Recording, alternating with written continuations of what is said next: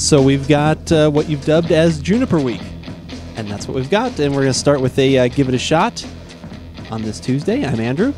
And I'm Keith, and we are AboutBeverages.com. And Juniper Week is going to kick off with the Norse legend from Sam Adams Brewery. It's a style of beer. It's a Finnish style of beer from Finland called Sahti, S-H,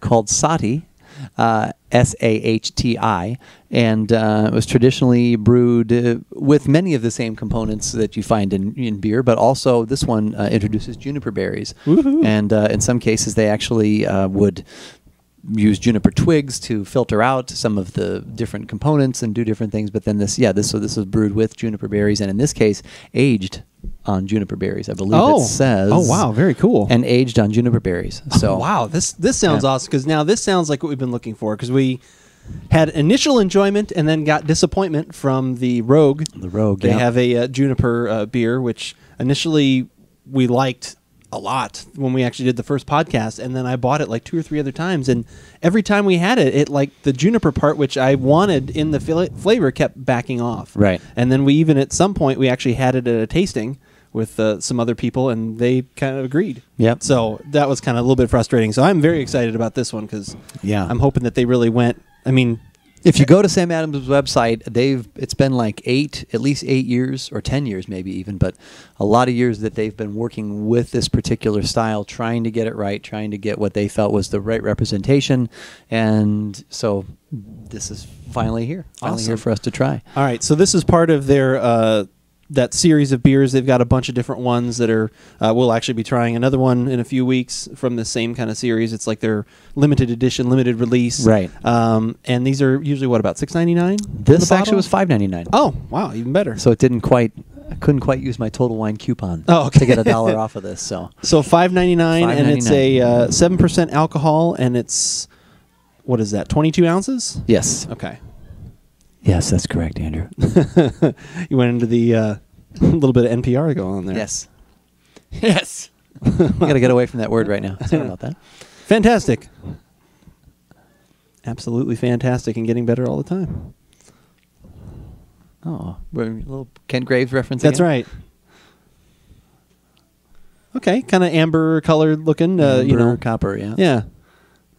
The way they made it the way they described it, and I tried not to read too much, but I did want to read a little bit of the history about this beer in general, and their, history as to why they decided to brew it. I expected a much different color, just from the way the description was, but I had a feeling. Do you remember what their description it would probably be? Did you have that up? I thought it was like a reddish. I do. Well, there's a little note of that in there. Little. Well, like I said, when you say amber.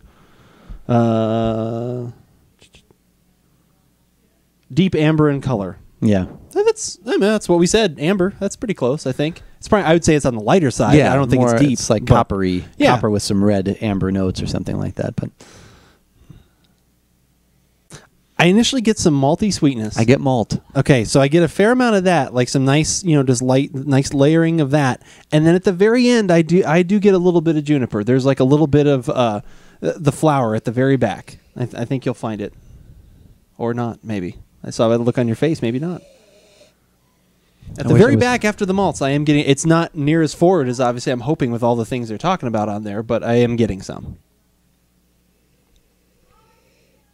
You shouldn't have to work that hard. There is something at the very end, but I don't know if I could identify it as juniper. Maybe this is one of those things where I've expected too much. I know, but it's just the aroma. I'm not done. But that's the thing, though. Like if you put, and this is a peeve that I mentioned in one of the previous podcasts just recently, was like, if you're going to put all that information on the bottle, like chocolate or whatever, unless you're talking about that it's a subtle part of it. If you're saying this is, Bob's chocolate stout, and if I don't taste chocolate, then you have not achieved your goal. Right. I agree. That should be pretty obvious. So, all right, let's get to the taste. Yeah, let's do that. With a note of apprehension. A little bit in the retronasal area, but a lot of malt. It's riding a malt backbone, I would say. Yeah, fairly strong malt backbone. It does have a nice, like, lighter woodsy quality that I like. There's a lot of, earthiness that's not heavy, though. It is more like almost like leaves and things of that nature. You know what I mean? It's not like earth and topsoil and stuff like that. It's more like the lighter, the lighter side of earth is the best way I can describe it. And that's kind of nice because it's right in the middle. You're starting to get a heavy wave of malts, and then that kind of that seems to lift it up a little bit. So that could be does turn into something lighter. It's still not the juniper fruit, because I've actually eaten juniper berry. Like, I know what they taste like, and obviously we're going to be talking about gin later in the week. We know what juniper, and that's not completely coming through. No. And it might be being lost a little bit because of the malts that are in here, but I think they still could have made that come through, at least in the aroma or effervescence. Yeah.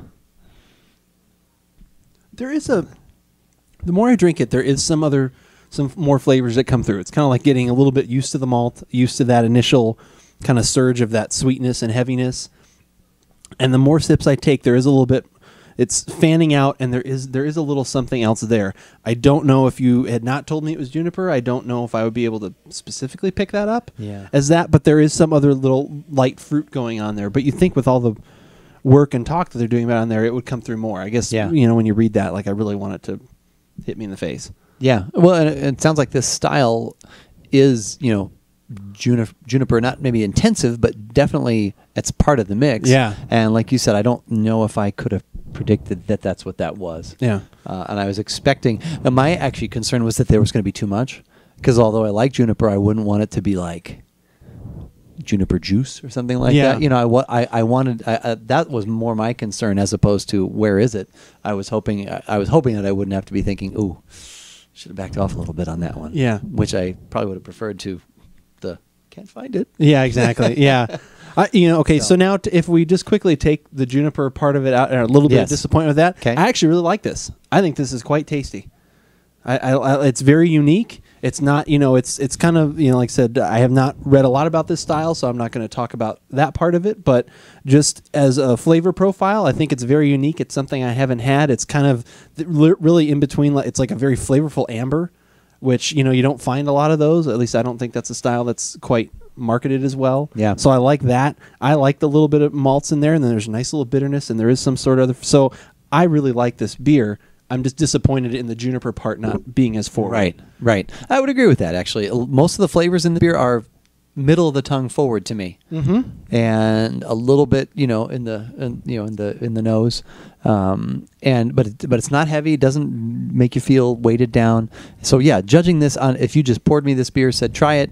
Oh, that's interesting. In fact, actually, it's a kind of a good beer for the time of year that we hope we're heading into, which would be fall. Yeah, definitely. But here in Arizona, it's still in the 90s and quite warm, but in theory we're going toward fall, so this would be a good fall offering. But I just wish there had been more, a little bit more of the juniper. But taking that out of the equation, that's good. It's not like I won't recommend that. I'll just recommend it with the old caveat.